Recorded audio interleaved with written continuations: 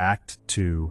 The 13 Rays Revealed. Stop everything you're doing right now, because what I'm about to tell you will fundamentally change how you see reality itself.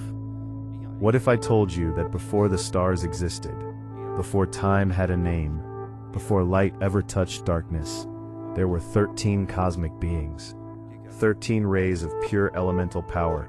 They tore open the void. They built everything you see around you, every mountain, every ocean, every living creature, every single atom, and one of them, just one, wanted to rule it all. This is the story that every religion, every mythology, and every ancient civilization has been trying to tell you, and nobody has ever put it all together. The second ray carried divination, the power to see across time, to read the threads of fate like pages in a book, yellow energy that burned with forbidden knowledge. This ray built its domain across acid fields, landscapes of caustic yellow pools, and crystallized prophetic formations, where the ground itself recorded visions of the future. Every bubble that rose from those acid lakes contained a prophecy. Every crystal formation was a frozen moment in time that hadn't happened yet. The belief sealed within? Hinduism, one of the oldest living spiritual traditions on Earth. A faith built on cosmic cycles, divine knowledge, multiple paths to truth, and the understanding that reality itself is an illusion waiting to be seen through. Divination made manifest. The third ray was necromancy, orange energy that bridged the gap between life and death. And before you think you know what necromancy means from video games and movies, forget all of it. This was cosmic necromancy, the power over the transition between existence and non-existence. This ray built its realm across infinite salt flats, white crystalline deserts where the boundary between the living and the dead was paper thin, where spirits walked beside the physical, where death wasn't an ending but a doorway. The sealed belief, Egyptian spirituality, the civilization that built entire cultures around death as transformation, the Book of the Dead, the weighing of the heart, the journey through the duat. They understood that death was never the end. It was always just the beginning of something else. The fourth ray was fire. And I mean fire in its most primal, devastating, beautiful form. Red energy so intense it could ignite the vacuum of space itself. This ray carved its kingdom from volcanic fury. Rivers of magma became highways. Mountains of obsidian became fortresses. The sky rained ash and ember like burning snow. Every volcano was a temple. Every eruption was a prayer. The sealed belief was Incan, the children of the sun, a civilization that worshipped Inti, the sun god, with such intensity that they built an empire stretching across mountains, reaching toward the sky. They understood fire not as destruction, but as the beating heart of creation itself. The fifth ray channeled witchcraft, indigo energy that pulsed with the wild, untamed magic of the Fae. This wasn't the villainized witchcraft of medieval fear. This was old magic, the original magic. Power drawn from nature itself, from the connection between all living things. This ray grew its domain as a Fae jungle, a living forest where every plant was conscious, where mushrooms whispered prophecies, where vines moved with intention, and flowers bloomed with spells inside their petals. The sealed belief? Witchcraft itself, the craft of the wise, the tradition of herbalism, intention, natural harmony, and respect for the cycles of nature that predates every organized religion on this planet. The sixth ray wielded voodoo, violet-purple energy that connected the physical world to the spirit world through ritual, rhythm, and respect. And let me be very clear about something. Real voodoo is one of the most misunderstood and disrespected spiritual traditions in human history. It is not dolls and curses. It is a profound system of spirit communication, ancestral connection, and cosmic balance.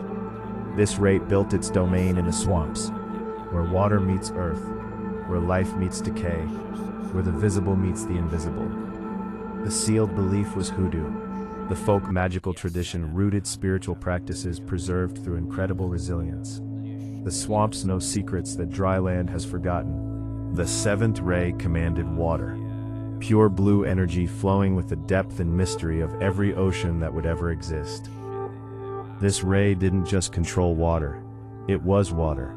Conscious, ancient, endlessly adaptive water. Its domain was a coral kingdom, not a reef. A kingdom. Structures of living coral the size of continents. Cities built inside nautilus shell architectures. Civilizations of beings who breathed liquid thought. The sealed belief was Shinto, the way of the gods, Japan's indigenous spiritual tradition that sees divinity in nature itself.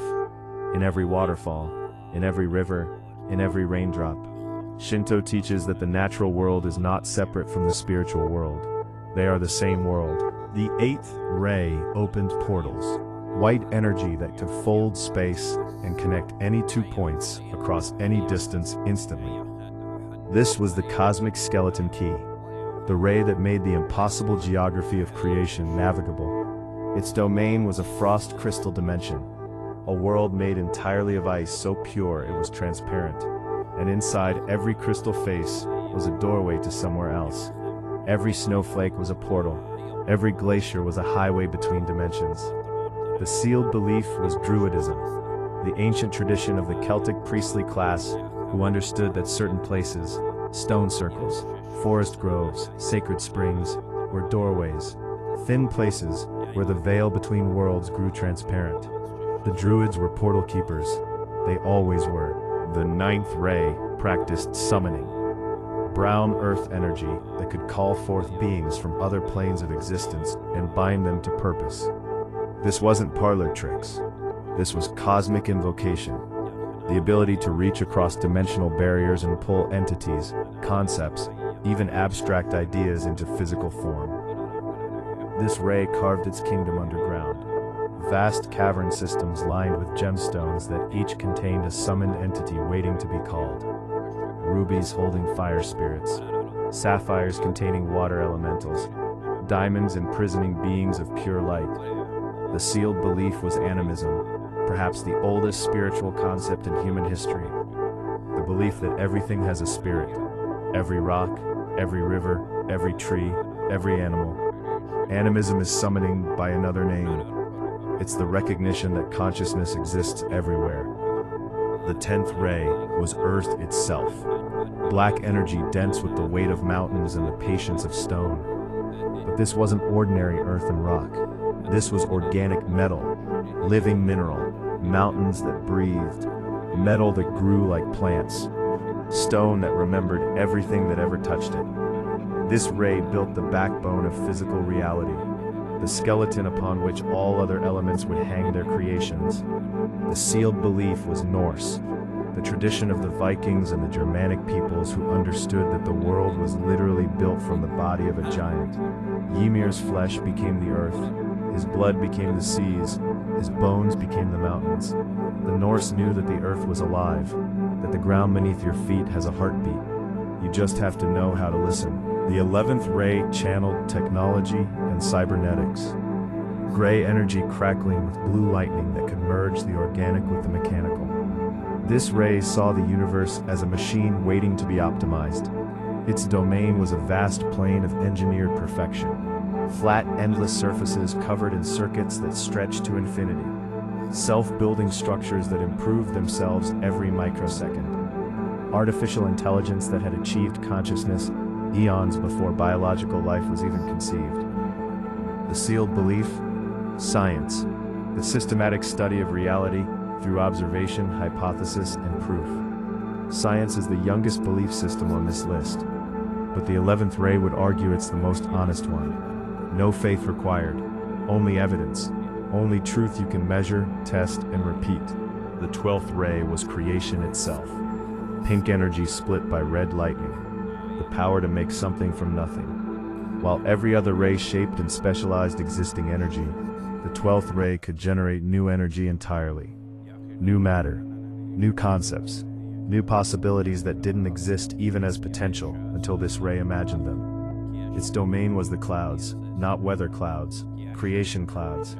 Vast nebulae of pink possibility, where new ideas crystallized into reality, like rain forming from vapor. The sealed belief was Christianity, a faith built entirely around the concept of a creator, a being who spoke reality into existence. Let there be light. Creation through word, through intention, through divine will manifesting as physical reality. The 12th ray was that will made visible. And then, there was the 13th ray. Chaos, time, rainbow energy that contained every color and no color simultaneously. This ray was different from the others, fundamentally different. While the 12 rays each represented a specific element, a focused power, the 13th ray was everything and nothing at once. It didn't create order, it unmade it. It didn't follow time. It consumed it, rewrote it, erased it, replayed it. The 13th ray looked at the beautiful universe the 13 had built together and saw not a masterpiece, but a cage, a system of rules that limited infinite potential. And its sealed belief? Buddhism, the tradition that teaches all of existence is suffering, that reality is illusion, that the ultimate goal is not to build within the system, but to escape it entirely, to achieve nirvana, to step outside the cycle.